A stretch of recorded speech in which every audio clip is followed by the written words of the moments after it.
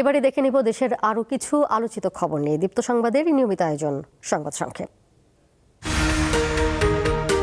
শরীয়তপুরে জুলাই গণ অভ্যুত্থান দিবস উপলক্ষে জেলা প্রশাসনের আয়োজিত সংবর্ধনা অনুষ্ঠানে হট্টগোলের ঘটনা ঘটেছে। স্থানীয় বিএনপি নেতাকর্মীদের বিরুদ্ধে 2 জন জুলাই যোদ্ধা ও ছাত্রনেতাকে লাঞ্ছিত করে অনুষ্ঠান স্থল থেকে বের করে দেওয়ার অভিযোগ উঠেছে। বুধবার সকালে শরীয়তপুর পৌরসভা অডিটোরিয়ামে এই ঘটনা ঘটে।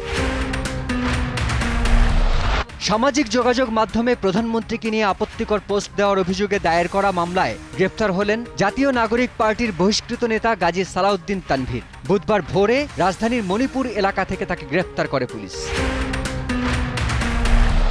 ঝালকাঠির রাজাপুরে গভীর রাতে ঘরে ঢুকে চুরি করার সময় চোরকে বাধা দিতে গিয়ে সাহসিকতার পরিচয় দিয়েছেন এক গৃহবধূ। বুধবার গভীর রাতে মঠবাড়ি ইউনিয়নের ডহরশঙ্কর গ্রামে এ ঘটনা ঘটে। ধস্তাধস্তির এক পর্যায়ে গৃহবধূ চোরের আঙুলে কামড় দিলে আঙুলের একটি অংশ বিচ্ছিন্ন হয়ে যায়। পরে সহযোগিতার সহায়তায় ওই বিচ্ছিন্ন অংশ ঘটনাস্থলে ফেলে 2টি মোবাইল ফোন নিয়ে পালিয়ে যায় চোর।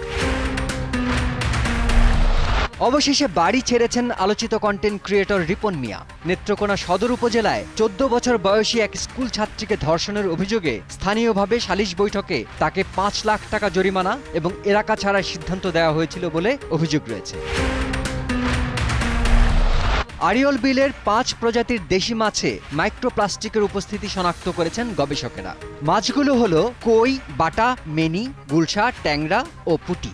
বাংলাদেশ কৃষি বিশ্ববিদ্যালয়ের এক গবেষণায় এসব মাছের মাংসপেশি ও অন্ত্রে মাইক্রোপ্লাস্টিক পাওয়া যায়। দীপ্ত বার্তা কক্ষ।